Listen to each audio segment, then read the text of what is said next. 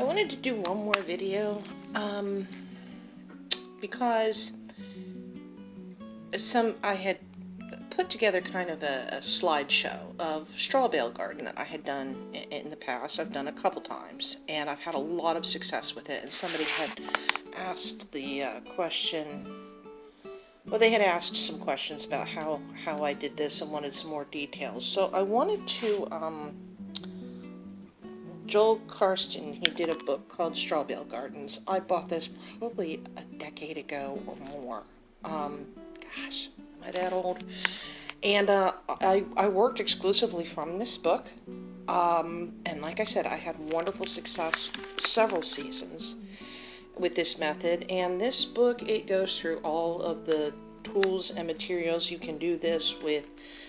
You condition the bale with either synthetic fertilizers or organic fertilizers, and it goes through both ways of doing that. It gives you little hints like making seed tape from paper towels, and it will take you step by step. And it even has a plant spacing chart for the bales because your plant spacing changes, and I have to say, this has been an amazing method. It's an amazing book. Answered all of my questions, really. This is the difference between straw versus hay. And you really want to get straw bales, but if you have to get hay or you accidentally get hay, just move that stuff off. Just take some clippers to it and give it a haircut. And it has, frequently asked questions. And I have to say, this book is what I used. It's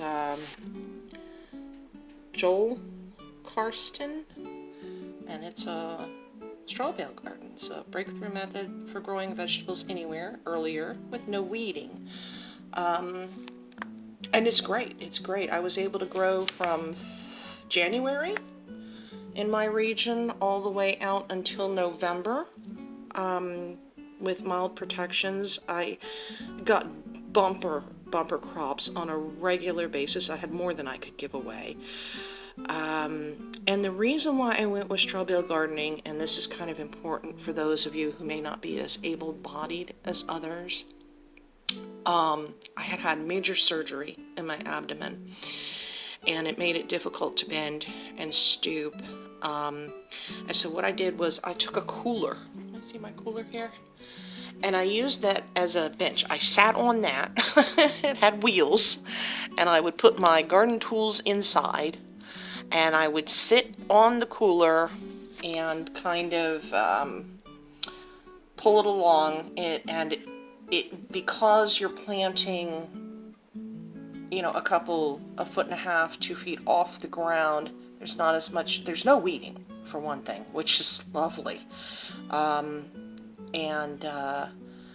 There was very little bending, stooping, or anything like that. So I just wanted to let you guys know that this is a great method.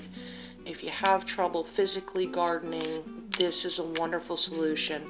It's not nearly as expensive as building your raised beds up to a 2-foot level.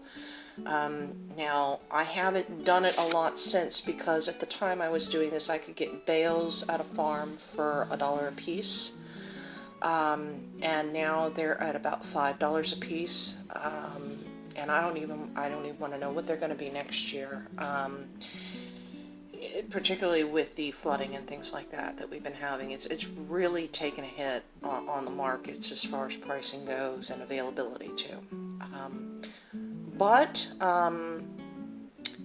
I still have a couple bales. I will condition them over the winter, and they will be ready to plant first thing in the spring.